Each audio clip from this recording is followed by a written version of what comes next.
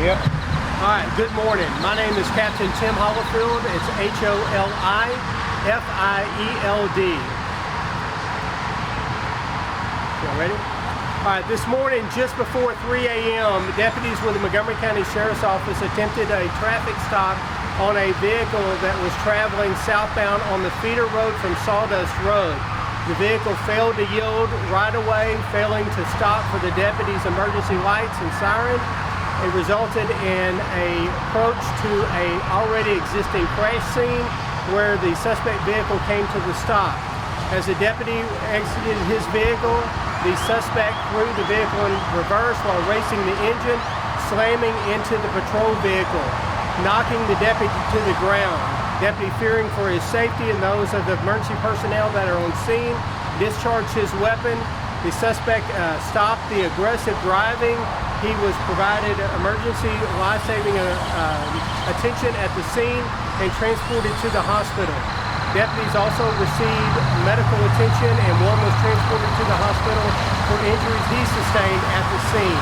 At this time, I'm going to turn it over to Sheriff Henderson for any comments, and I'll answer questions following that. Good morning, Sheriff Rand Henderson.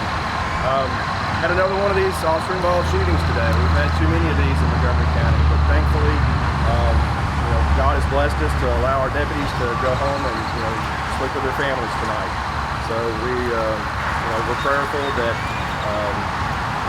that they make a full recovery, and luckily they weren't hurt on scene, and they were treated. One of the deputies was treated at the hospital and released. The other deputy was not injured.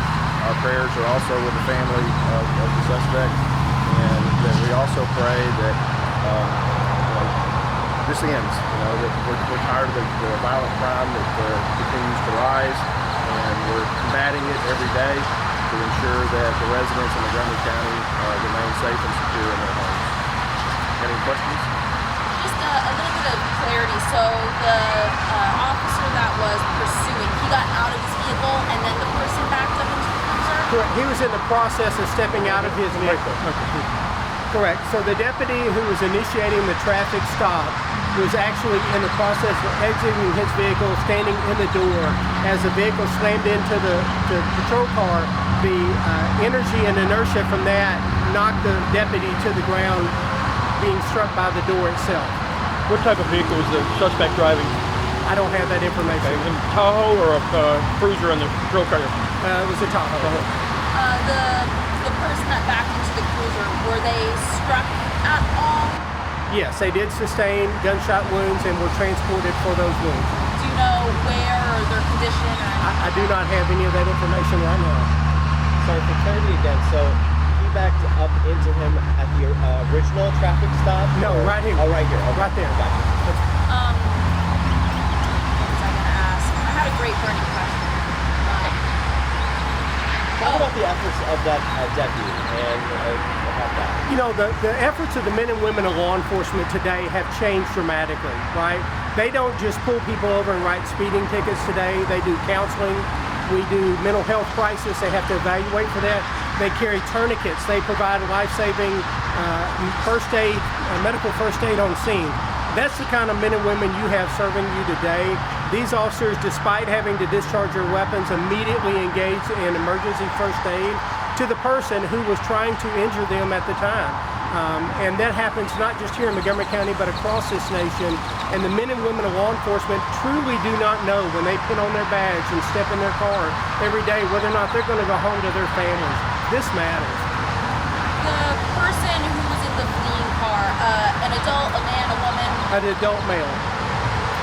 Wanted, warrants, anything like that on him? Nothing. The crash that was already existing here, was that a minor crash, a major crash? It was a minor accident. It was on the freeway. They did have the lanes blocked, right? So y'all remember the accident we recently had where a vehicle struck a fire apparatus. So the fire were there when they knew the accident or the pursuit or the failing to yield was coming that direction. They were able to communicate with the officers on that scene to notify the fire personnel, because we have an obligation to protect their safety as well. Okay, we need to get back down there. So thank you guys very much. Y'all have a good day. Thank you.